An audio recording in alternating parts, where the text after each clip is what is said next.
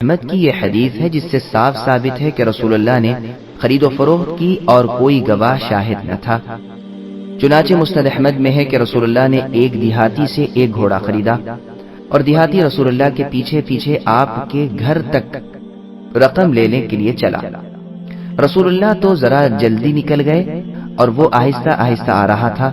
لوگوں کو یہ تو معلوم نہ تھا کہ یہ گھوڑا رسول اللہ کے ہاتھ بک گیا ہے۔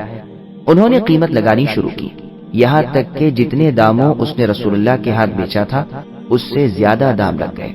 دیہاتی کی نیت پلٹی اور اس نے رسول اللہ کو آواز دے کر کہا، اللہ کے رسول، یا تو لے لیجئے یا میں کسی اور کے ہاتھ بیچ دیتا ہوں۔ رسول اللہ یہ سن کر فرمانے لگے، تو اسے میرے ہاتھ بیچ چکا ہے، پھر یہ کیا کہہ رہا ہے؟ اس نے کہا، نہیں، اللہ کی قسم میں نے تو نہیں بیچا۔ رسول اللہ نے فرمایا، غلط کہتا ہے، میرے تیرے درمیان معاملہ ہو چکا ہے۔ اب لوگ ادھر ادھر سے بیچ میں بولنے لگے۔ اس گوار نے کہا، یعنی دیہاتی نے، اچھا تو گواہ لائیے کہ میں نے آپ کے ہاتھ بیچ دیا۔ مسلمانوں نے ہر چند کہ اس دیہاتی بدبخت کو دیکھو، رسول اللہ تو اللہ کے پیغمبر ہیں، آپ کی زبان مبارک سے تو حق ہی نکلتا ہے، لیکن وہ یہی کہے چلے جائے کہ لاؤ گواہ پیش کرو۔ اتنے میں خزیمہ ابن ثابت رضی اللہ عنہ آ گئے اور دیہاتی کے قول کو سن کر فرمانے لگے، میں گواہی دیتا ہوں کہ تو نے بیچ دیا ہے اور رسول اللہ کے ہاتھ تو فروخت ہو چکا ہے۔ رسول اللہ نے فرمایا، تم کیسے گواہی دے رہے ہو؟ خزیمہ رضی اللہ عنہ نے فرمایا کہ آپ کی تصدیق اور سچائی کی بنا پر۔ چنانچہ رسول اللہ نے فرما دیا کہ آج سے خزیمہ کی گواہی 2 گواہوں کے برابر ہے۔ بس اس حدیث سے خرید و فروخت پر گواہی ضروری نہ رہی، لیکن احتیاط اسی میں ہے کہ تجارت پر بھی گواہ ہوں، کیونکہ ابن مردوے اور حاکم میں ہے کہ 3 شخص ہیں جو اللہ تعالیٰ سے دعا کرتے ہیں لیکن قبول نہیں کی جاتی۔ ایک تو وہ کہ جس کے گھر بد اخلاق عورت ہو اور وہ اسے طلاق نہ دے، دوسرا وہ شخص جو کسی یتیم کا مال اس کے جوان ہونے سے پہلے ہی اسے سونپ دے، تیسرا وہ شخص جو کسی کو مال قرض دے اور گواہ نہ رکھے۔ امام حاکم اسے شرط بخاری و مسلم پر صحیح بتاتے ہیں۔ بخاری اور مسلم اس لیے اسے نہیں لائے کہ شعبہ رحمہ اللہ کے شاگرد اس روایت کو ابو موسیٰ الاشعری رضی اللہ عنہ پر موقوف بتلاتے ہیں۔ پھر آگے اللہ فرماتے ہیں کہ کاتب یعنی لکھنے والے کو چاہیے کہ لکھوانے کے خلاف نہ لکھے، اور گواہ کو چاہیے کہ واقعے کے خلاف گواہی نہ دے، نہ گواہی کو چھپائے۔ حسن و قتادہ رحمہم اللہ وغیرہ کا یہی قول ہے۔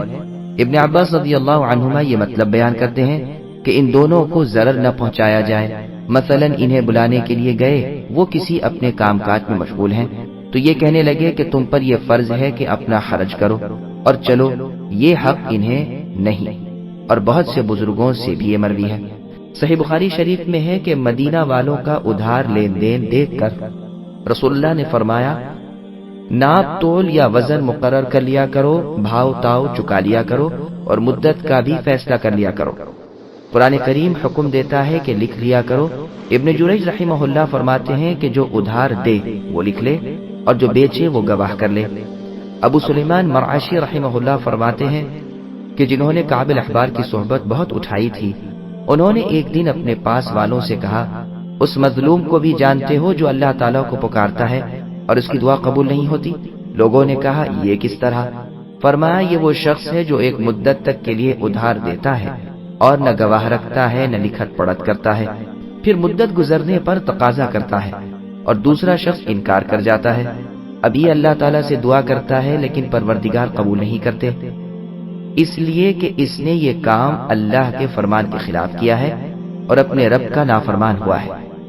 ابو سعید رضی اللہ عنہ نیز شعبی، ربیع بن انس، حسن بصری، ابن جریج ابن زید رحمہم اللہ وغیرہ کا قول ہے کہ پہلے تو یہ واجب تھا، پھر وجوب منسوخ ہو گیا اور فرمایا گیا کہ اگر ایک کو ایک پر اطمینان ہو تو جسے امانت دی گئی ہے اسے چاہیے کہ ادا کر دے، اور اس کی دلیل یہ حدیث ہے۔